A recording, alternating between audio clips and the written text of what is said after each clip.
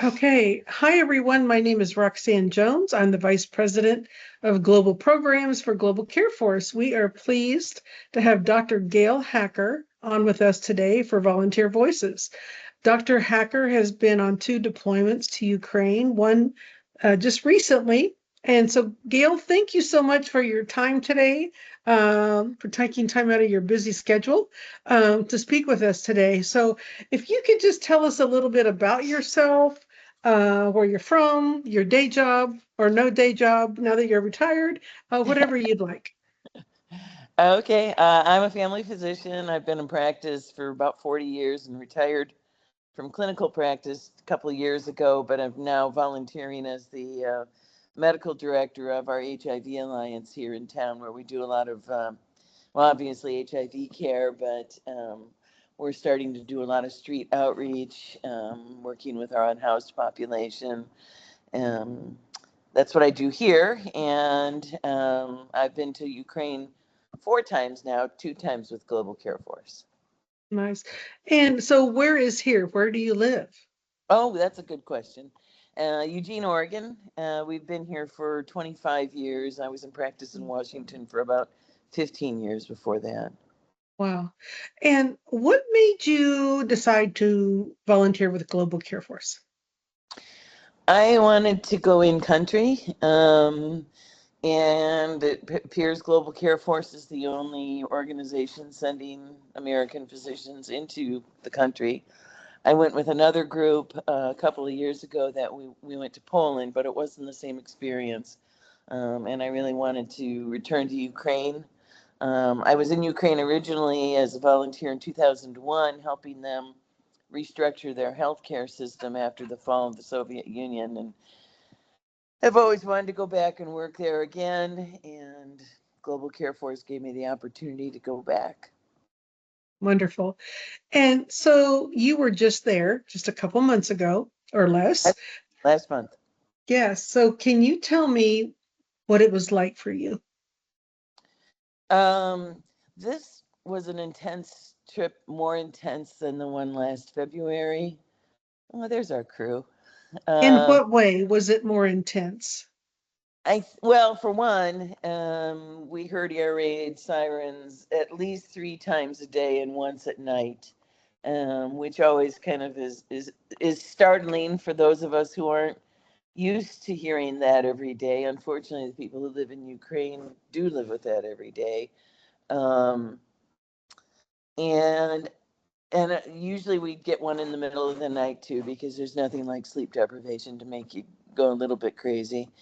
Um, and I felt like even the resilient Ukrainian people who go on and on and on are really starting to feel the effects of this long invasion, and they want it over. And the stories that we heard from the villages that we went to this time were more intense, and dramatic than what I heard before. I mean, none of them are good, but um, I saw all 3 of those ladies. Can you, I know it's going to be hard, but could you narrow down just one story of any of your deployments that really, really impacted you and why, without Well, crying? I can't stop crying because that's, me, that's what I do. Um, yeah, I mean, the picture that I can't unsee is, is she there? It was at this village. Um, I can't see the woman, but uh, just bravely sitting there, telling me some of her medical history and could I please help her with this and that. And, I always try to ask, well, how are you doing? And that's when she started crying and told me about how at the start of the war, at the beginning of the invasion, her son, who was 34 at the time, was sitting in his front yard when a missile hit, and she watched his head explode. And she had to bury her lifeless, headless body of her son. for sitting in his front yard with a friend. Wow. Impactful. Yeah, yeah. Wow. And I'm so glad that we have, we bring trauma support with us. And Hmm. so I had her meet with them, and they're very good at just kind of, assessing what people where people are at and giving them tools to deal with it. But Sure. and you know, how do you live with that? Yeah. And that's just one of hundreds of That's just one. stories. Yeah, Yeah. Yeah. But we hear them yeah, when we're with the team. We hear these stories over and over again. Thank yeah. you.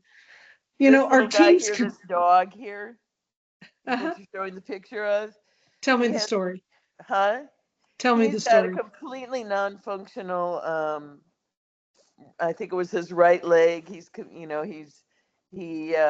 his I saw his owner, who also had terrible stories to tell, and the two of them, he just waited for her outside the clinic with this broken leg. She didn't know what happened to him, but she just took him in, and that was her support system to get her through this. He was such a Oh, cute little guy. oh. So my next question, our teams come together as strangers, although now I will say after 20 some teams, we're meeting up with former volunteers that we know or are familiar with Ukraine. But, basically we come together as strangers, but it seems like we all leave as family, not just friends, but really family. There's a bonding that you can't explain unless you go. Tell me about that. Yeah, you read about that when people are experiencing intense traumatic situations together, how they bond much more rapidly than you would in 2 weeks just hanging out with somebody on vacation, for sure. And it's just it's day in, day out. You rely on each other. You see lots and lots of folks. And the only way you can do it is to just keep going and keep going, and everybody supports each other. The team in Ukraine is incredibly supportive. I got the pleasure of working with my same Eugene interpreter and now second year medical resident, and they just take care of you and make sure that you're okay the whole time. And you know there's tears and people are hugging and crying over the stories that they're hearing, and that kind of brings you together. Speaking of Eugene, Dr. Eugene, he actually graduates this summer. He will be Yeah, a full-fledged doctor. yes. Now, I've heard Eugene's side of the story and the impact you personally have made on his life. He shared that with me, but I also watched it last February when I was on the team. Yeah. But I want to hear from you. What impact has Dr. Eugene, had on your life? Oh my gosh. Um, to just I walk by. understand you keep in touch. Yes, we do. And every once in a while, he'll send me a medical question. When I was there, and he's not graduating, he's already graduated from medical Yeah. school, finishing his Yeah. residency. Yes, yes. My mistake. So he can go out and practice. When I was there with the team last February, he was a pretty green little intern, um, not very sure of himself, asking questions, and I try and ask him to help me out with a diagnosis or what we would do, and he was clearly a little uncomfortable at that point. But I did teach him to do joint injections on that trip, which is such a necessary skill when you're out there, Yeah. because these people have worked hard their entire lives. They farm, they take care of everything in their house, and they've got a lot of bad joints and no prospect of having anything done about it. Right. So we were able to do lots of knee and shoulder injection, provide a lot of pain relief for people. And by the time I left last year, Eugene felt comfortable enough doing joint injections to do some on his own on trips. And then when I met him this year, he was like, um, he was a real doctor. He was more comfortable in his skin as a physician, and was uh, thinking more critically, and it was just so impactful to see how he had changed from one year to the next, and then also to just hear from him what it's like to live in wartime. I mean, he's 24 years old, and for the last 3 years of his life, he's been living with air raids and power outages and trying to study when there's bombs going off. And he just keeps going. He's such a loving character. I got to meet his girlfriend, now fiance, and they're just a lovely couple. And yeah, he's Definitely a, made an impact on your life, that's for oh yeah, sure. yeah. Sometimes going back home to our normal life after volunteering in such a situation can be quite a shock to our system. Um, how has your time volunteering changed your perspective and the way that you approach your life now? Um, it always takes me about a week to get my feet back on the ground after these trips. Um, and you hear a car go by and you think it's a drone, and you hear a fire siren and you think it's an air raid, and uh, I think it makes, when you get back here and you realize that those sounds are benign and they're just sounds of daily living, but they're not in Ukraine. And it makes you realize how much we have and um, how safe we are here, as opposed to in many countries right now, but particularly Ukraine. It Mhm. makes you feel, I think, a little bit more grateful for what you have. Nice. I often hear volunteers say they get more than they give when volunteering. Would you agree or disagree? Oh, yeah. I mean, you don't have any pictures of our little babushkas up there, yeah, yeah, but I mean, they come in and they're just so happy to see you and to, see them smile. The Yeah. little lady with the pink scarf on, she was, just, oh, so grateful that you could come and just listen to them and hear their stories and give them a month or two worth of medication that they're not going to have to pay for out of their pocket. Yeah, Yeah, you bring home a lot more than you leave. sure. Um, what advice would you give to someone who maybe is on the fence about volunteering with Global Care Force? Is there any advice you would give? Um, do it. I mean, if you're able, it is a life-changing experience. Obviously, because so many of us return. It's something it's not cheap, but when you think about what these poor people are experiencing on a day-to-day basis, and just being able to pick up and fly on a plane. I mean, these people can't fly on a plane. They haven't been able to fly on a plane for 3 years. You can pick up, go out, get on a plane, and be across the world faster than they can get across their country right now. And you can bring them a little bit of cheer and some understanding for a day. And, um, we made some new diagnoses when we were there. Yeah, I mean, do it if you can. Well, your answer to that really answers my next question about our impact that we're making there in Ukraine. And I definitely agree with you that we are making an impact on those that we see. Um, and we're so grateful for volunteers like you, Gail, that have now given of your time over and over to go with Global Care Force to serve those in need. Uh, like you said, we are able to offer free medications, which we're so happy to do, and only because of volunteers like you. And so thank you for your time today. Thank you for all you've done for Global, and I hope to see you personally sooner than later on another team. I don't get to Ukraine as often as I have because of other responsibilities, but last month, or yeah, this month was my 16th trip since the war started, and it definitely won't be my last. But thank you for your time. And Yeah. if you have any, pardon?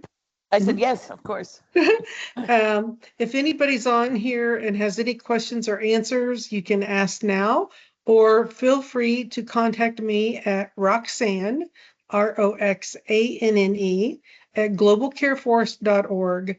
And we would be thrilled to have you. Ann Ferguson, I see a hand. Is there something I can answer for you? You're on mute. You'll need to hit the unmute button. Hi, how's that?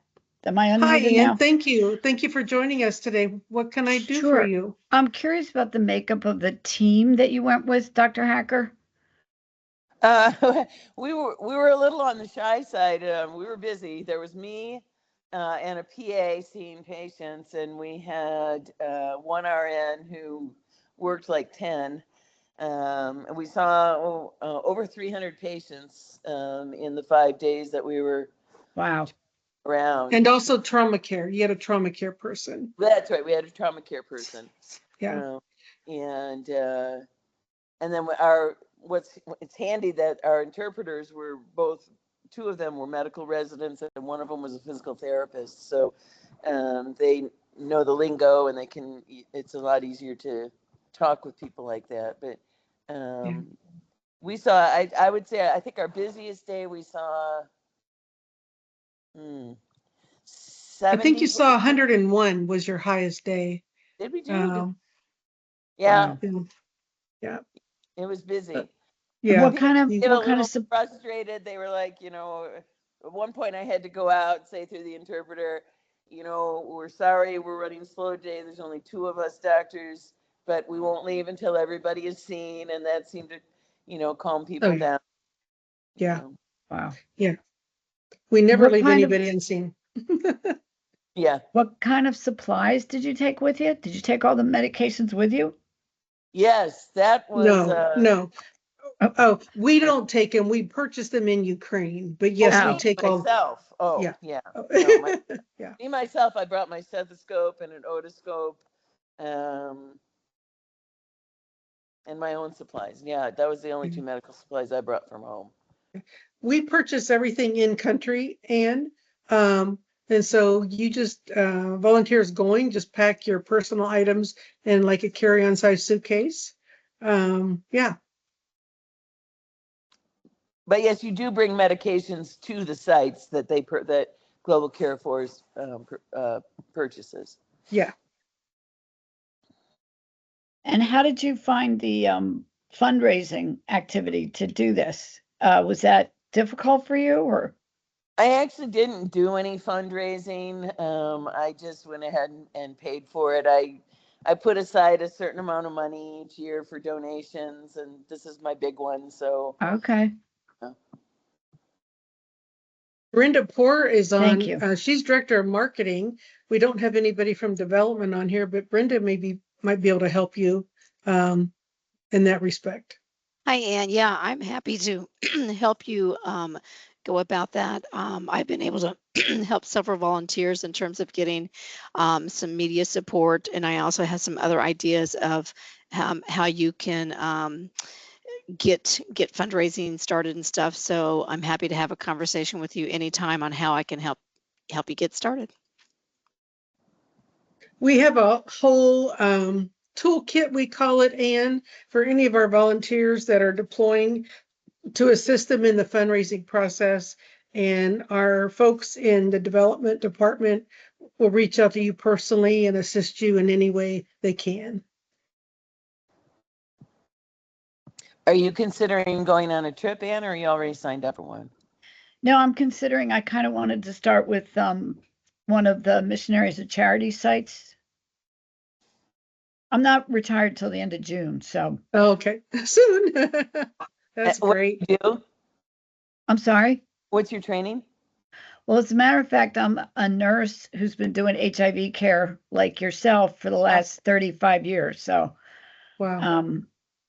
That's kind of my specialty. Yeah.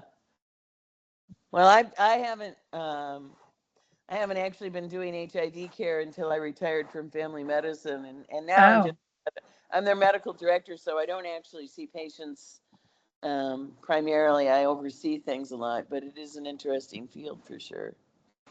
Oh, yeah. Well, Yeah. Ann, we'd love to talk to you more, and feel free to email me, and I can put you in touch with those who can give you some more in-depth answers as needed. I have an interview tomorrow morning. Wonderful. yeah. Rick Power is on this call. He's the one that will be interviewing you, and he looks forward to meeting with you then. Cool. I would Um, highly recommend it, Ann, if you Okay, thank you. do it. And I know that others who have done fundraising have been successful. I mean, people, at least some people in our country really want to help yes. out the people in Ukraine. And you're really, boots on the ground, face to face with people who are experiencing this. It's not, there's no sugarcoating to it. Yeah.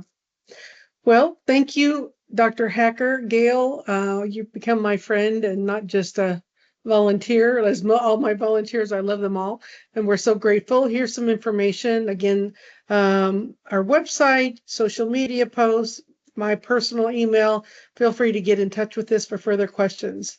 Thank you, everyone, for joining us, I have and to have a show off my wonderful. coffee cup here. Can you see it? Oh, Grandma? Grandma to be in 2 weeks. Well, congratulations, Gail. I'm so excited for you and your Yeah. family. Well, wish you all the best. All Thank the you. best. All right, everyone, have a great day. Thanks so much. Yeah, Bye-bye. bye-bye.